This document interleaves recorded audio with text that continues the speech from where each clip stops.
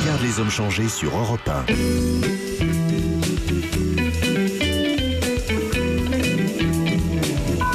Frédéric Tadei, Alain Delon. regarde les hommes changer.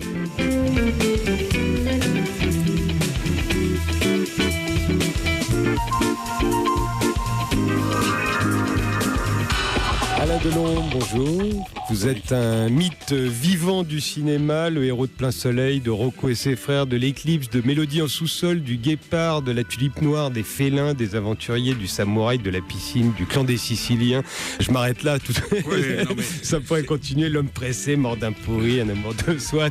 Ça fait souvent rire quand on dit mythe vivant, mais je vous signale simplement qu'il est préférable d'être un mythe vivant qu'un mythe mort.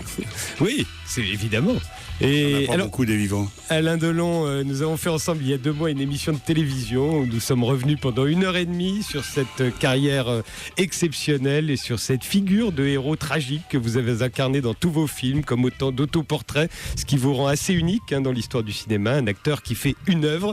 Alors à présent, pour ne pas nous répéter, je voudrais qu'on parle d'Alain Delon aujourd'hui, un acteur en pleine forme qui refuse les films qu'on lui propose, Olivier Marchal, Johnny To qui vous voulait pour Vengeance, finalement le rôle a échoué à Johnny Hallyday, on vous voulait dans Mesrine aussi, donc il refuse les films qu'on lui propose et préfère jouer au théâtre une pièce avec sa fille, une pièce écrite sur mesure par Éric Assous, Une journée ordinaire au Bouffe parisien avec Anouchka Delon et Alain Delon. Ça semble mystérieux, pourquoi Alain Delon ne veut plus faire de cinéma? Non, j'ai jamais dit que je ne voulais plus faire de cinéma, enfin bien que je l'ai déclaré quand même qu'il y a une dizaine d'années que je m'arrêtais. J'en ai très peu fait depuis, à part une apparition dans Astérix, vous l'avez vu. Ouais. Parce que j'avais simplement envie d'arrêter un peu. Le cinéma de l'époque ne me convenait pas et que j'ai préféré me lancer vers la télévision et vers le théâtre, et qui est une chose tout à fait différente et un peu nouvelle pour moi. Enfin nouvelle, pas nouvelle, j'en ai fait, mais il y a quand même quelques décennies. Dans L'homme qui arrêta d'écrire, le dernier roman de Marc-Édouard Nab, il y a une conversation imaginaire entre l'auteur et vous, Alain Delon, imaginaire parce que vous ne vous étiez jamais rencontrés. L'auteur a arrêté d'écrire, c'est le titre du livre, et vous continuez de jouer. Il s'étonne, il vous pose des questions et vous lui répondez quelque chose comme « c'était mieux avant, mais c'est pas une raison pour s'arrêter ». Tant qu'on peut rajouter des pierres à l'édifice. J'ai jamais dit ça, mais ça, non, je peux arriver à le comprendre. C'est imaginaire. Mais quand il dit c'était mieux avant, c'est un peu ce que je pense, c'est-à-dire que c'était mieux, pardonnez-moi de dire ça, au siècle passé au niveau du cinéma. Il y avait plus de metteurs en scène, il y avait plus d'auteurs, il y avait plus de gens qui écrivaient pour des acteurs. Les auteurs à l'époque écrivaient pour Gabin, écrivaient pour Montand, écrivaient aussi des fois pour moi, alors que maintenant plus personne n'écrit pour personne. C'est un petit peu à le volo comme ça. C'est un peu une raison pour laquelle aussi je fais moins de cinéma. Vous avez cité des films tout à l'heure. J'ai pas refusé tous ces films-là. Enfin oui, j'ai refusé le Johnny To parce que ça ne me convenait pas. Bien. Les producteurs ont été très mécontents et ils m'ont dit vous allez voir ce que vous allez voir. Ben, j'ai vu. Bon, je suis désolé pour Johnny, mais j'ai vu.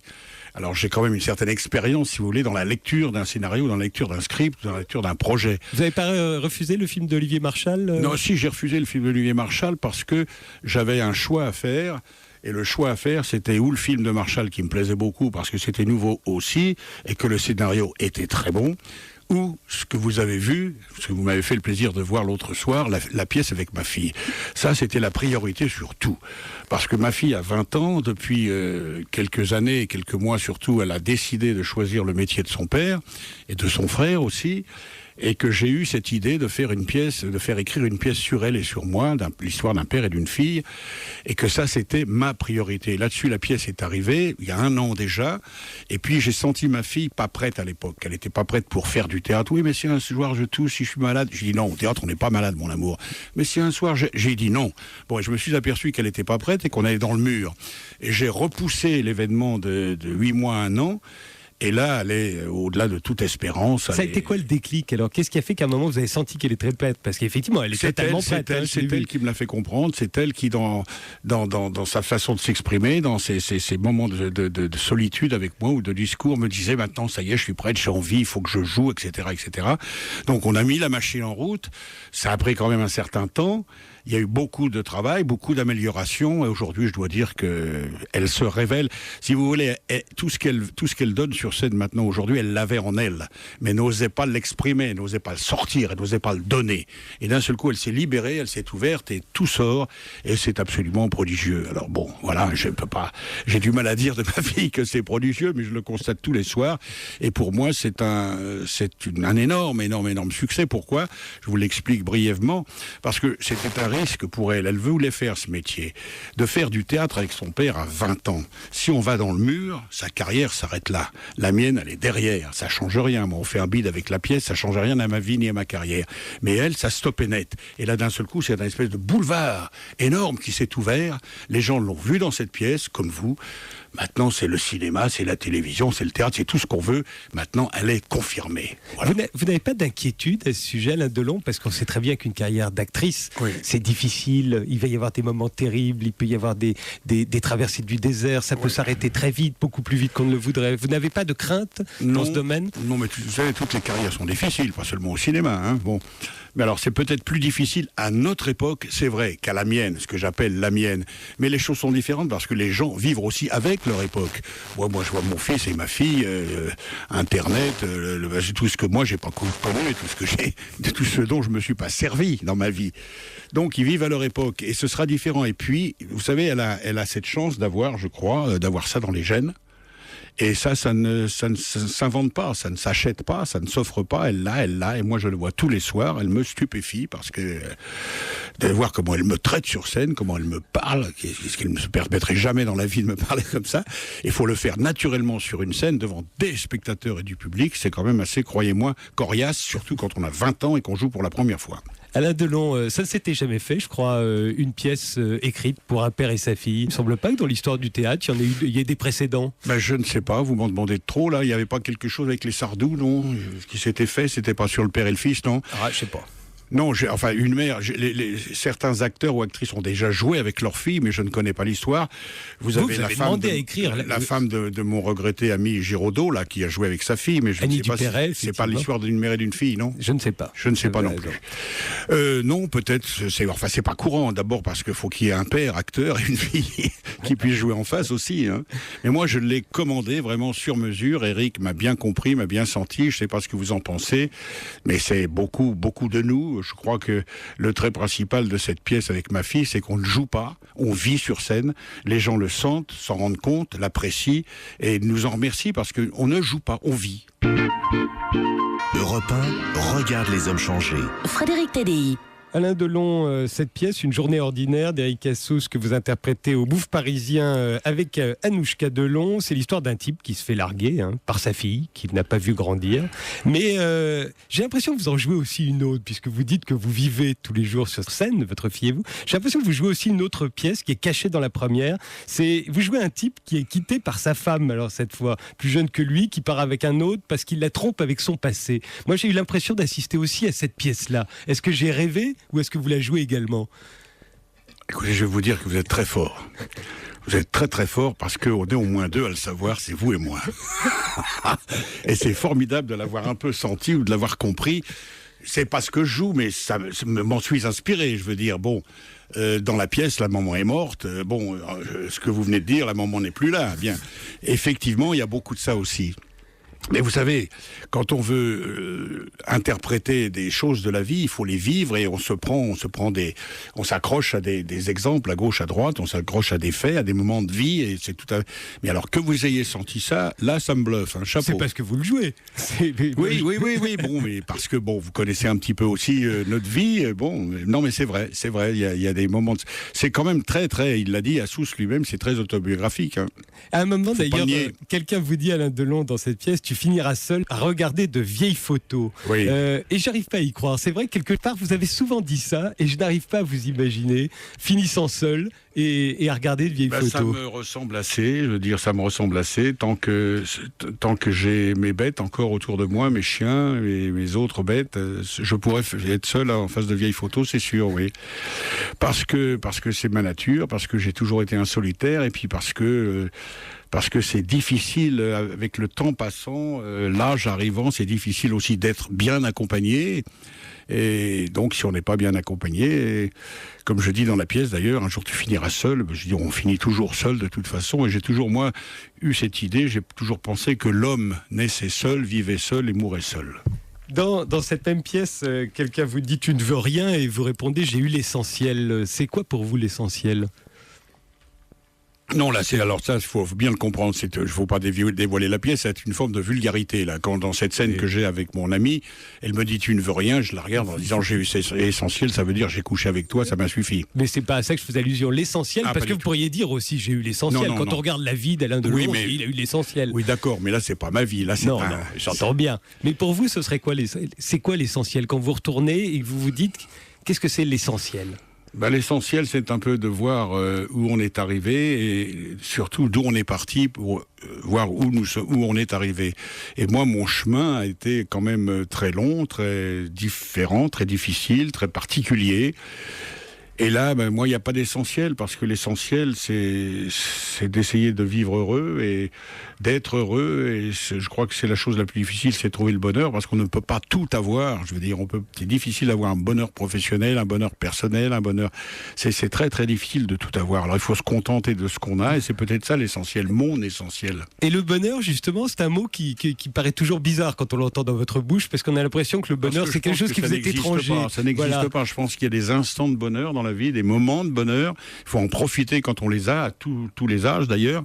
Mais le vrai bonheur, le bonheur permanent, il y en a peut-être qui le connaissent, je ne sais pas, ils sont peut-être différents de moi, ils font peut-être autre chose aussi, peut-être que, je ne sais pas, dans leur domaine ou leur métier, ils sont heureux.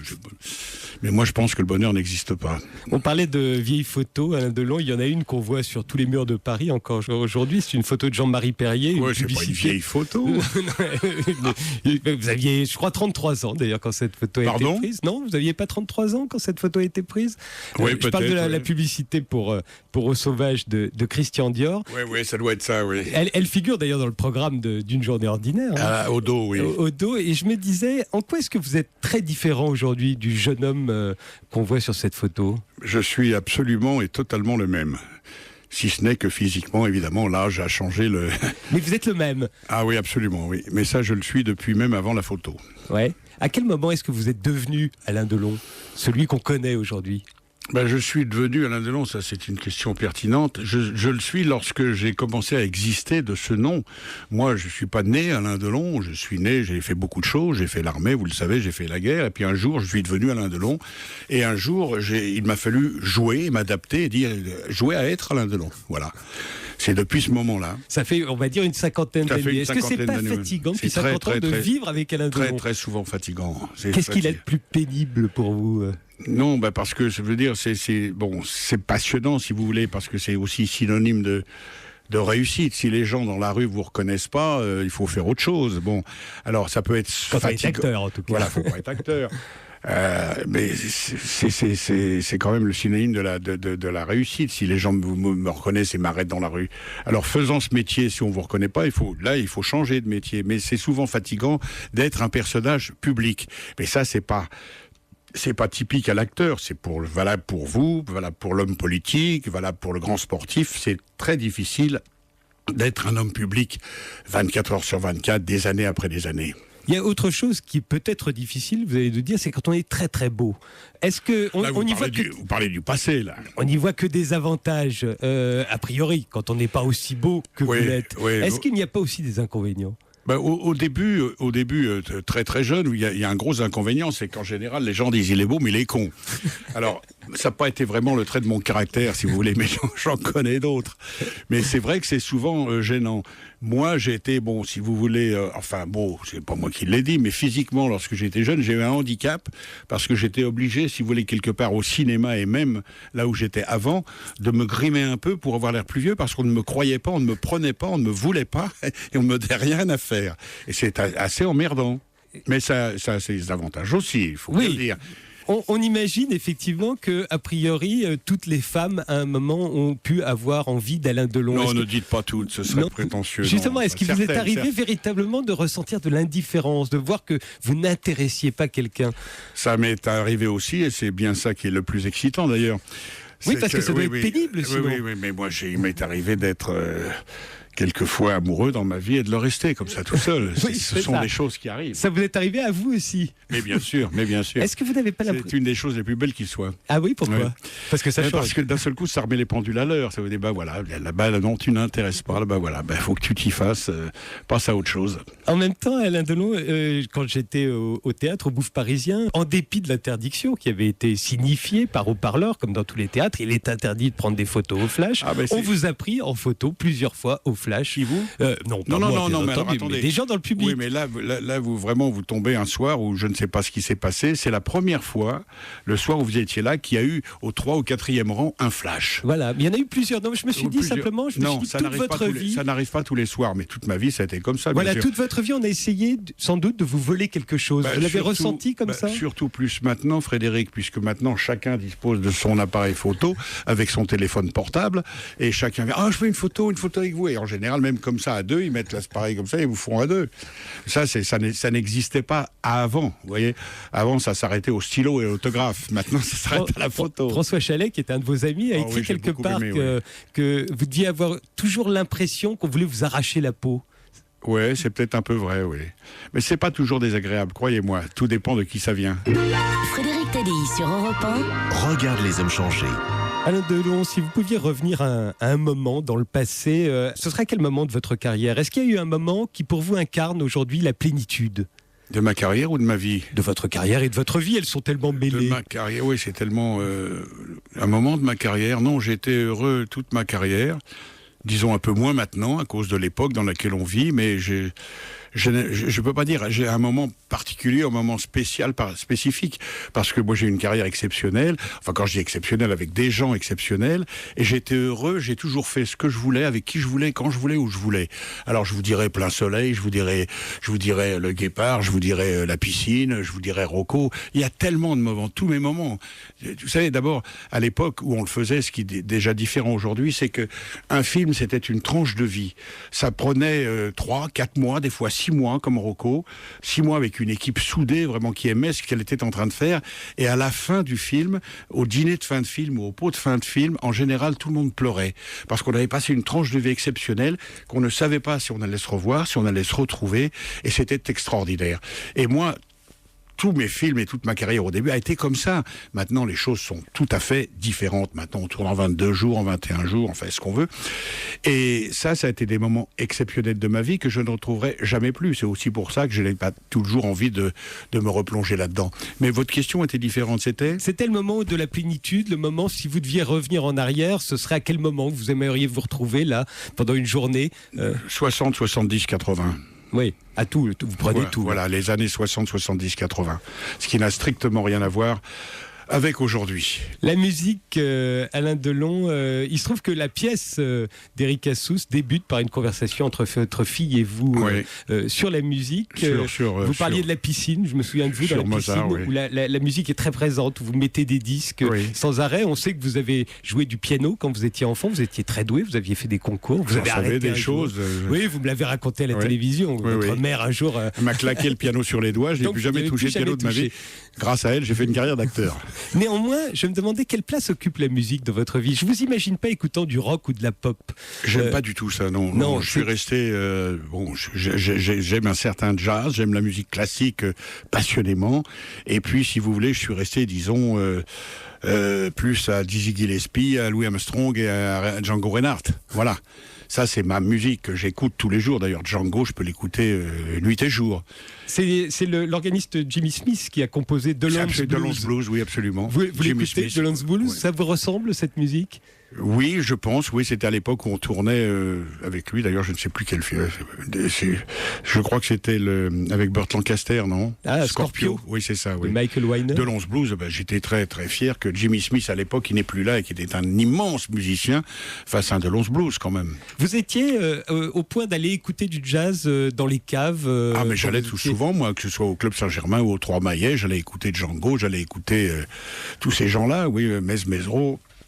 Quand il venait à Paris, les grands jazzmen américains, c'était Duke Ellington, c'est ma folie ça. Mais c'est une autre époque. C'était un peu l'époque de... comment ça s'appelle? Vous pensez que le jazz est mort comme le cinéma? Finalement, il n'est pas mort, mais il a beaucoup changé. Il a beaucoup changé, il a beaucoup viré, et tous ceux-là sont partis, et maintenant c'est complètement différent. Comment s'appelait votre confrère qui à l'époque, qui faisait les émissions de jazz là Daniel Philippaki. Daniel Philippaki, voilà. Dans ce même studio. Dans ce même studio, moi c'était mon époque, c'était Daniel et ses émissions sur le jazz.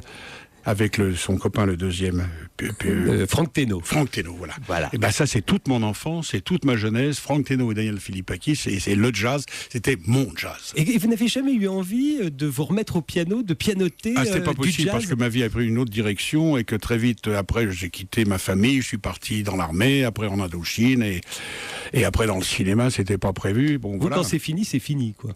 Oui, c'est fini, oui.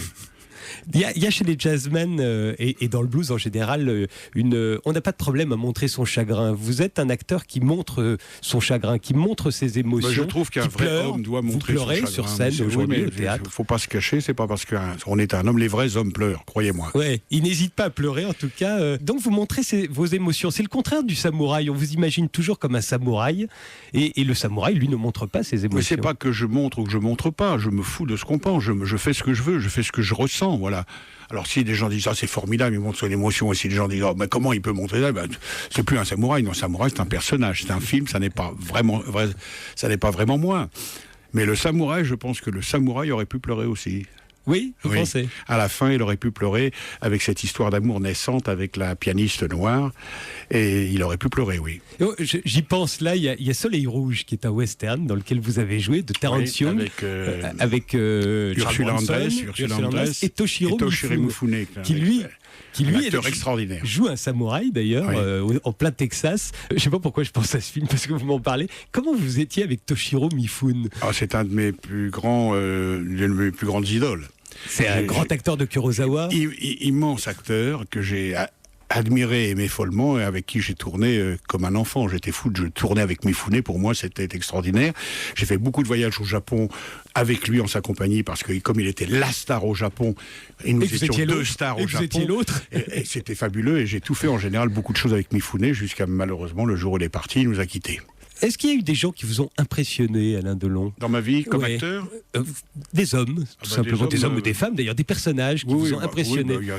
C'est vague, là, vous me demandez là, je n'ai pas pensé à ça, mais bon, comme acteur, disons, Brando, bien sûr, et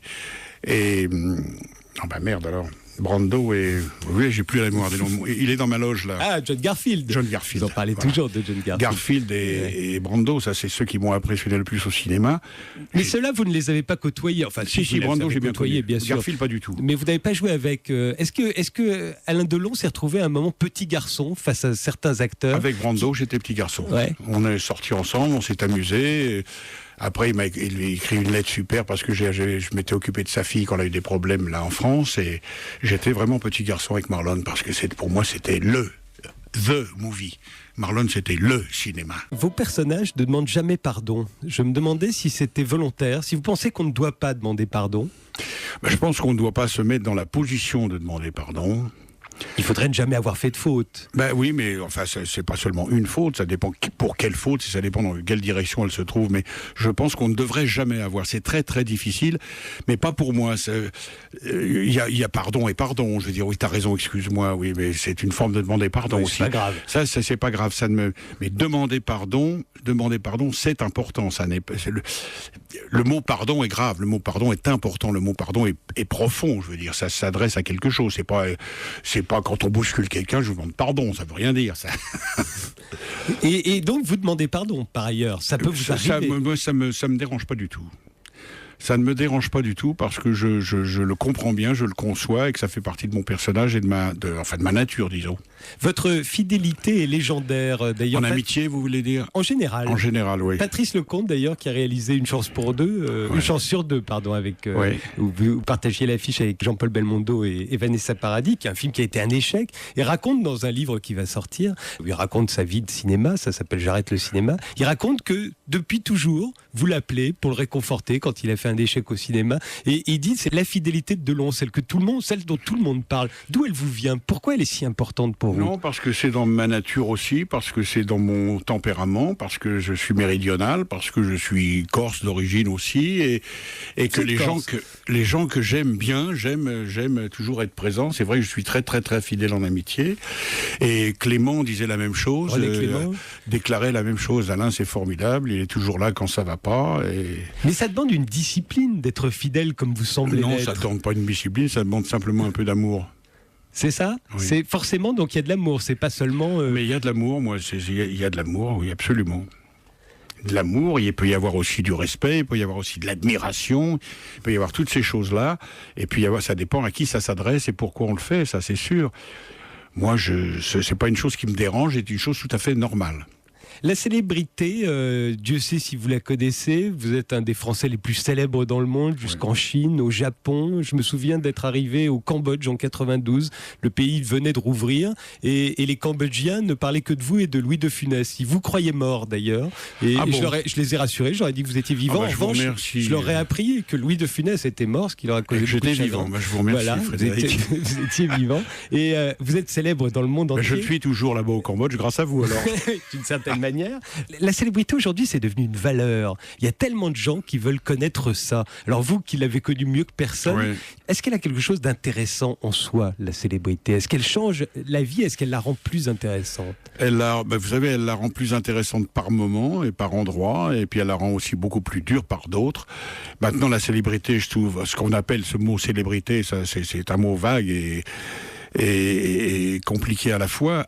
Elle n'est plus au niveau, si vous voulez, comme à mon époque, au niveau des acteurs ou des actrices de cinéma. Elle a beaucoup plus dévié maintenant vers le sport, vers le football, vers le rugby, vers tous ces personnages qu'on voit et qui sont surtout pas des gens de cinéma. Vous le savez très bien. Je veux dire, je peux citer des noms même sans que ce soit C'est sûr que Zidane aujourd'hui est le Français le plus célèbre du monde. Ouais, Zidane et le barbu rugby là. Chabal. Ouais. Maintenant, ça a glissé comme ça la célébrité. Et sont des gens d'ailleurs qui même sont rémunérés en fonction de leur célébrité beaucoup plus que n'importe quel acteur le fut dans le monde. Et l'argent, puisque vous en parlez, l'argent, ça rend la vie plus intéressante? Non. Vous auriez pu vous en passer complètement? Je m'en suis passé vous en avez gagné longtemps dans ma vie. Je veux dire, je pense que c'est nécessaire, mais ça ne doit pas dépasser le nécessaire. Moi, je pourrais très bien vivre pas sans, parce que mais c'est pas mon problème, l'argent. Je suis pas comme même de vos confrères dans la télévision ou dans la presse. Vous pensez que vous n'êtes pas si riche que les gens de télévision aujourd'hui? Voulez-vous que je vous cite Arthur, par exemple? Non, je ne sais pas. Comme quoi, ça a bien changé. Aujourd'hui, c'est les gens de télé beaucoup changé. Ça vous énerve, ça. Non, ça ne m'énerve pas, mais je trouve ça curieux. À un moment, Alain Delon, vous étiez très fier d'ailleurs. Vous aviez dit que vous gagniez plus d'argent hors du cinéma que dans le cinéma. Et je me demandais si c'était pas... C'est parce que j'avais fait des affaires, c'est tout à fait différent. Non, mais je me demandais si c'était pas une manière de dire merde aussi à la profession, de dire en gros, je peux me passer de vous si jamais vous m'aimez pas. Vous êtes vraiment très très fort, Frédéric. Vous avez raison. C'était une façon de leur dire, je vous emmerde, voilà, parce que je peux me passer de vous, effectivement. Et alors c'est à la base évidemment du personnage public que je suis dans le monde entier. Mais quand j'ai commencé certaines affaires de licence, que ce soit au Japon ailleurs ou en Chine, effectivement, je gagnais plus que dans le cinéma. Et puis voilà. Et puis ça vous plaît pas, c'est pareil, je leur disais. Et ça leur plaisait pas, vous pensez? Pas vraiment. Vous n'êtes jamais tellement entendu avec le milieu du cinéma. C'est par principe parce que vous n'aimez pas? Mais non, parce qu'ils ne m'aiment pas. Ils ne m'ont jamais vraiment aimé. Pourquoi? Parce que je ne viens pas de leur monde. Parce que je ne suis pas un comédien. Parce que je n'ai pas appris ce métier. Je suis un acteur, comme peu de gens au monde, que ce soit Gabin. Oui, mais Yves Montand, par exemple, aussi. Ils l'ont aimé, Yves Montand, plus que vous. Absolument. Parce que moi, ils m'ont toujours senti en marge. Et puis parce que je n'ai jamais fait partie d'un organisme style Société des acteurs machin, SPA, SACEM, de rien. Je suis de l'aide libre. Je n'ai jamais fait partie d'aucun organisme. Et ça leur plaît pas, vous voyez. Et puis ils ont toujours plaisanté, si vous voulez, au début de ma carrière, en disant il est où ça, mais ça va pas durer. Et manque de peau, ça fait 50 ans que ça dure, et ça ils n'en reviennent pas, ils comprennent pas pourquoi. Alors ils se rattrapent en me demandant jamais un prix, jamais un truc, jamais un machin, mais je m'en fous complètement, et ils le savent. Ils vous ont donné à César. Oui, ça, c'est pas à moi qu'ils l'ont donné. Oui, ils l'ont donné. Je pouvais difficilement faire autrement. C'était surtout au travail de Bertrand Blier qu'ils l'ont attribué dans notre histoire. Mais ça, faut dire que c'était aussi parce que c'était un acteur de long tout à fait différent de tous les films de flics et de gangsters qu'il faisait à l'époque. C'était très beau, notre histoire. Ça, faut remercier Bertrand Blier, avant toute chose. Alain Delon, est-ce que vous allez au cinéma? Est-ce que vous y êtes allé? Est-ce que vous y allez encore? Non, j'y vais plus. Non, j'y vais plus parce que d'abord c'est difficile pour moi d'avoir la paix si je vais au cinéma, à moins d'y aller le soir entre deux portes. Non, maintenant vous savez avec les DVD, avec tout ça, c'est très facile donc. Vous pouviez imaginer, pardon de vous interrompre, vous pouviez imaginer plus jeune qu'un jour toute votre filmographie tiendrait dans des petits rectangles qu'on appelle les DVD sur des disques comme ça. Moi j'ai tout de long par exemple. Moi j'aurais jamais pu penser ça. Ça, je trouve que c'est exceptionnel, c'est extraordinaire de pouvoir comme ça, mais j'aurais jamais imaginé. Moi, j'ai encore toute ma collection à la campagne, j'ai ma collection de films en 35, 35 mm, les bobines comme ça, 6 bobines pour un film. Qu'est-ce que ça change, à votre avis, justement, que les enfants, aujourd'hui, quand ils aiment un film, peuvent le voir 10 fois? Ça change d'abord que c'est une forme d'immortalité pour certains acteurs. Moi, ça m'avait frappé avec Jean Marais, par exemple, pour qui j'ai une admiration folle. Et je me disais, Jean Janot, il est toujours vivant parce qu'on le voit quand on veut, on achète un machin, on voit Marais, on voit qui on veut, on voit Gabin, et c'est une forme d'immortalité, et ça je trouve ça exceptionnel. Et pour un acteur ou une actrice qu'on aime passionnément, finalement les stars ne meurent jamais. On pourrait se demander, vu le nombre de films que vous refusez, Alain Delon, pourquoi vous avez accepté Astérix aux Jeux Olympiques? Alors j'ai deux choses que je me suis dites, je vais vous les proposer. Un, c'est pour justement parler aux enfants qui vous connaissaient pas, c'est-à-dire tout à coup que vous leur montriez qui vous êtes. Et puis aussi, c'était une façon de jouer votre marionnette. Cette marionnette sous les traits de laquelle on vous a si souvent caricaturé ces dernières années. À la fois, parce que c'est vrai, je me suis complètement parodié. Et puis, c'est vrai que j'ai pensé aussi aux enfants et j'ai eu raison parce que ça me touche beaucoup parce que moi, je vois les gosses maintenant arriver avec les parents, 6, 7, 8, 9 ans. Ah, César, César. Et je leur joue César, je leur dis oui, c'est moi. Et ils sont heureux comme fous et ça, j'ai jamais vu ça avant. Mais c'est surtout parce que j'ai trouvé, dans le contexte évidemment d'Astérix, le personnage intéressant pour moi, acteur, intéressant pour moi, si vous voulez, Delon. Et je crois que je me suis pas trompé parce que ça a été un énorme succès personnel, Astérix. César. Regarde les hommes changer sur Europe 1. Frédéric Tadei. Alain Delon, est-ce que vous n'avez pas envie d'écrire, de tout raconter Oui. Cette vie hors du commun que vous avez racontée par bribes? Oui. Je vais le faire, c'est une bonne question, je vais le faire, mais je vais le faire contrairement à ce que vous pensez, pas pour vendre au public, je pense qu'ils voudront avec, je vais le faire parce que, simplement pour mes enfants. Parce que mes enfants ne me connaissent pas vraiment. Ma fille, pas du tout. Et Alain Fabien, moins. Celui qui me connaît le plus, c'est un peu Anthony. Et parce que ma fille est née il y a 20 ans. Mon fils, il y a 17 ans. Alors, ils se sont aperçus qu'ils étaient le fils d'Alain Delon. Mais c'est tout ce qu'ils savent. Alors, ils ont regardé Le Clan des Siciliens, ils ont regardé La Tulipe Noire, mais ils ne savent pas d'où je viens, ils ne savent pas quel a été mon parcours, ils ne savent pas quelle a été ma vie, ils ne savent pas quelle a été mon enfance, ma petite enfance. Et c'est ça que j'ai envie de leur dire. J'ai envie de leur écrire le trajet qui a été le mien, qui est un trajet qui, pour moi, me bouleverse quand j'y pense, parce que venu de là d'où je viens, étant aujourd'hui modestement en face de vous, Frédéric, à Europe 1, en train de raconter cette vie qui est si pleine, c'est un parcours exceptionnel que je veux leur écrire pour qu'ils le comprennent vraiment et qu'ils sachent bien ça. C'est important pour moi de leur dire d'où je viens et qu'ils me connaissent vraiment. C'est un parcours professionnel, artistique pour moi, parce que vous êtes un très grand artiste. Oui, mais ça a commencé à 23 ans. Voilà. Il y a eu 23 ans avant. Et après, il y a la vie. Voilà. Vous avez envie de raconter votre vie? J'ai envie de raconter mes premiers 23 ans, comme je vous l'ai dit, et ma vie après, à l'intérieur du métier que je fais, dans le monde, pour ces enfants qui ne savent pas ce que je suis, pour ces enfants qui ne savent pas d'où je viens, ce que j'ai fait, ce que je fais, et qui je suis vraiment. Est-ce que vous vous souvenez de tout? Quand on a eu votre vie, elle fourmille, tout le monde s'en souvient, parce que tout le monde se souvient de vous avoir rencontré une fois. Oui, on se souvient des choses essentielles. Alors il y a des gens effectivement qui se souviennent mieux que moi des titres de films, ou des personnages, des titres de personnages, mais ça c'est secondaire. Mais ma vraie vie intérieure, je m'en souviens très très très bien depuis ma naissance, presque, enfin depuis l'âge où j'avais l'âge de comprendre et de penser un peu. Et sur votre tombe, Alain Delon, vous voudriez qu'on écrive quoi? Je l'avais dit ça un jour, oui, mais j'ai plus cette mémoire. Vous avez oublié, c'est que vous pouvez encore en changer. Ouais, non, j'ai pas oublié, je changerai pas. J'ai dit, j'ai vécu, c'était cette phrase d'Alfred de Musset, vous savez. J'ai aimé souvent, je me suis trompé quelques fois, mais j'ai vécu, c'est moi qui ai vécu, et non un être factice créé par mon orgueil et mon ennui. Est-ce que vous croyez en Dieu ? C'est une très très bonne question. Je vous répondrai franchement non. J'ai eu une enfance religieuse, une instruction religieuse, j'ai cru en Dieu pendant longtemps, et j'y crois de moins en moins. J'ai une passion pour Marie. Sa mère. Sa mère, non. La mère du Christ. Par la mère du Christ. J'ai une passion pour Marie, j'ai un amour sincère et réel pour le Christ, je pense qu'il a existé. Dieu, non. Dieu, parce que ça vous paraît bizarre, ou ça vous paraît bénin, ou ça vous paraît enfantin, mais je me demande souvent où il est lorsque des drames arrivent dans le monde, comme à Haïti, ou que des quarts d'enfants tombent dans un ravin. Je ne comprends pas ça, je n'admets pas. Alors je crois en Christ et en Marie, mais en moins, plus. Ce qui m'a frappé en venant vous voir au Bouffe Parisien, Alain Delon, c'est le plaisir que vous semblez avoir de jouer. Je me demande si vous ne deviendriez pas, avec les années, un peu comédien. Vous qui avez toujours proclamé « je suis un acteur » non, et pas un comédien. Non, mais je veux dire par là qu'il y a un plaisir de jouer évident. Il y a un bonheur, c'était plus qu'un plaisir, c'est un bonheur. Vous aviez le même quand vous jouiez Dommage qu'elle soit une putain avec Romy Schneider au théâtre, la même chose. Dans les yeux crevés de Janco. Ah oui, dans les yeux crevés de Janco, c'était formidable. Vous aviez déjà avec Maribel, vous vous rendez pas compte ce que c'est de donner la réplique à Maribel. Non, c'était formidable ça, mais ça c'est le théâtre.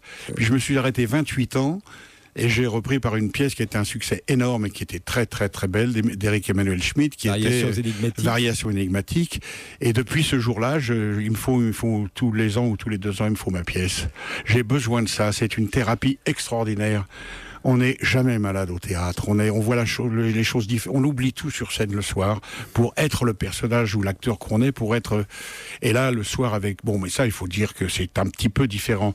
Si vous voulez, avec ma fille, c'est le bonheur suprême. Avec la carrière qui fut la mienne, qui a été la mienne. D'être maintenant à mon âge, de jouer, de donner la réplique à ma fille de 20 ans sur scène. C'est une forme d'apothéose, c'est la chose la plus belle de ma vie. Je peux, à la fin de cette pièce, m'arrêter sans aucun remords, partir où je veux, sans aucune peine, sans aucune crainte. J'ai joué sur scène avec ma fille, ce que vous avez vu l'autre soir, et ça, c'est la plus belle chose du monde. Vous faites rire. Vous n'avez pas souvent fait rire, en tout cas pas en direct. C'est la première fois au théâtre. Oui. Voilà. Oui. Et vous avez fait rire dans Astérix, on en parlait. Oui. C'est peut-être à cause de ça. Voilà. Peut-être que je me lâche maintenant. Alors, qu'est-ce que ça vous fait de faire rire ? Quand vous êtes sur scène, c'est prodigieux d'entendre le rire du public.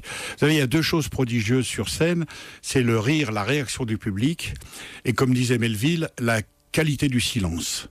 Et dans la pièce que vous avez vue, il y a ce rire tout le temps dans la première partie, et à la fin, il y a cette qualité de silence où on entend une mouche voler, où on entend, et ça c'est prodigieux. Et ça, pour un acteur, si vous voulez, ça n'a pas de prix. C'est exceptionnel, c'est la meilleure des thérapies. Là, c'est le bonheur, c'est le ciel, c'est le paradis. Faudrait jamais que ça s'arrête. Vous venez de citer Melville. On vous a beaucoup entendu, surtout ces dernières années. Puis là, le film est ressorti. Parler de Visconti. Et le Guépard étant ressorti il y a 2 mois. Vous avez beaucoup parlé. Je vous ai moins souvent entendu parler de Melville. Non, ça s'est trouvé comme ça. Quelle était la nature de vos rapports avec Melville ? Parce que ma nature, c'est très simple. C'est comme avec Lucchino, comme avec Clément, comme avec les autres. C'est l'admiration, le respect. Je veux dire, cet homme qui faisait tout dans son film, tout dans le film de Melville était de lui. Il avait ses du propres chapeau studios, jusqu'à la cravate, jusqu'au lacet de chaussures. Rien n'était de quelqu'un d'autre que de Jean-Pierre. Le Samouraï, c'est écrit par Melville, mise en scène par Melville, tout de Melville. Il a même inventé la phrase soi-disant sortie du code des samouraïs. Il a inventé la solitude du samouraï comme celle du tigre dans la jungle, ce Bushido, mais c'est complètement... C'est que de lui. Que de lui, oui. Melville, je vous dis, c'est comme celui que j'ai considéré... Enfin, ils sont tous à peu près à égalité, mais mon vrai maître, si vous voulez, dans ce métier, c'est René Clément. René Clément qui a fait Plein Soleil et Les Félins. Et qui a fait Les Félins, et puis il a fait aussi Les Brûle-t-il. Et La Joie de vivre. La Joie de vivre, c'est ça. Vous avez fait en Italie. C'est mon Von Karajan. Pourquoi René Clément ? Pourquoi c'est lui à qui vous devez tant ? Parce que c'était le plus grand metteur en scène, vraiment, au niveau de la mise en scène, parce que c'était le plus grand directeur d'acteurs et le plus grand réalisateur. C'est les 3 qualités essentielles d'un homme de cinéma, la réalisation, la mise en scène et la direction d'acteurs. Et René, c'était... Moi, en 1959, excusez-moi, j'ai tourné Plein Soleil. C'est pas n'importe quoi, il faut le regarder. Ça, c'est sûr.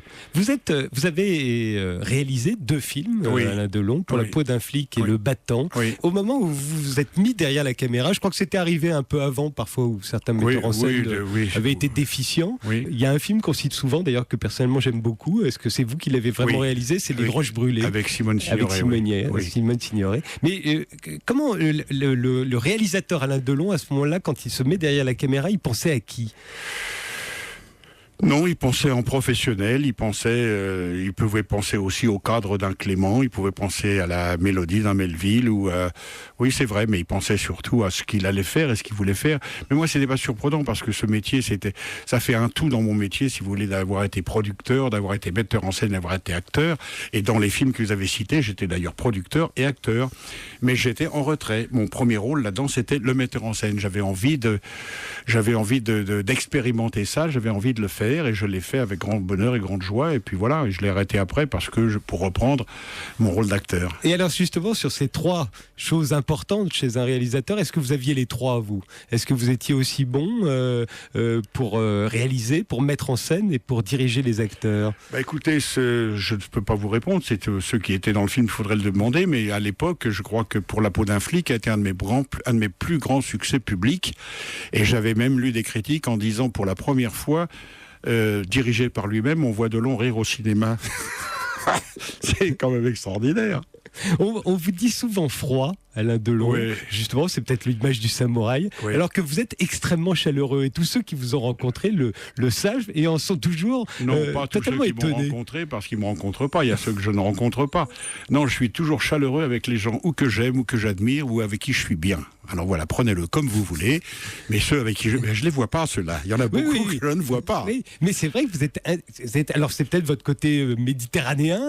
Non, c'est quand je suis bien, c'est tout. Bon, et puis quand je ne suis pas bien, je dis allez, dégagez, vous m'emmerdez. Vous pouvez être comme ça aussi. Oui, pire même. Ah oui. Oui. Vous avez gardé un côté voyou, vous avez l'impression? Oui, parce que, entre guillemets, disons qu'il n'y a pas... C'est pas méconnu, je l'ai un peu été. Bon, c'est mes origines, c'est mon tempérament latin et corse, il n'y a pas de problème, c'est sûr. Vous n'aimez pas... Du moins, c'est l'impression que j'ai. Vous n'aimez pas la bourgeoisie. Vous n'aimez pas, finalement, le confort. Pas vraiment. Vous serez toujours du côté de la marge. Toujours. Qu'est-ce qu'ils sont de plus? Je sais pas, c'est plus naturel, c'est moins étudié, c'est moins recherché, c'est moins tout ce qu'on veut. Je trouve que c'est plus soi-même. La bourgeoisie ou le reste, si vous voulez, il y a toujours une espèce d'éducation, je veux dire, derrière, une espèce d'appréhension, de regarder autour de soi. Est-ce qu'on va voir, Moi, je m'en fous complètement, je veux dire. Et toute ma vie, je veux dire, dans mon métier en tant qu'homme, que ce soit dans mes opinions politiques, que ce soit dans mon métier, dans ma carrière d'acteur ou d'homme, je me suis toujours...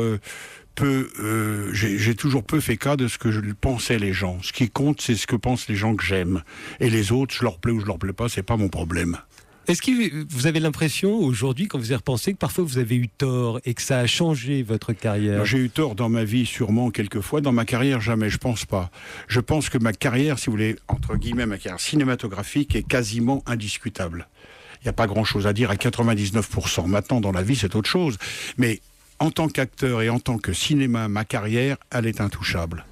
Merci Alain Delon d'avoir été mon invité sur Europe 1. Merci à vous, Frédéric, de m'avoir invité. Tous les soirs au théâtre, au Bouffe Parisien, avec votre fille Anouchka dans Une journée ordinaire, une pièce commandée, écrite sur mesure par Éric Assous. Et mise en scène par Jean-Luc Moreau. Bon week-end à tous, on se retrouve dimanche prochain à 18h15 avec Jean-Pierre Bacry, mais tout de suite, vous allez en entendre parler avec Émeric Caron jusqu'à 20h sur Europe 1.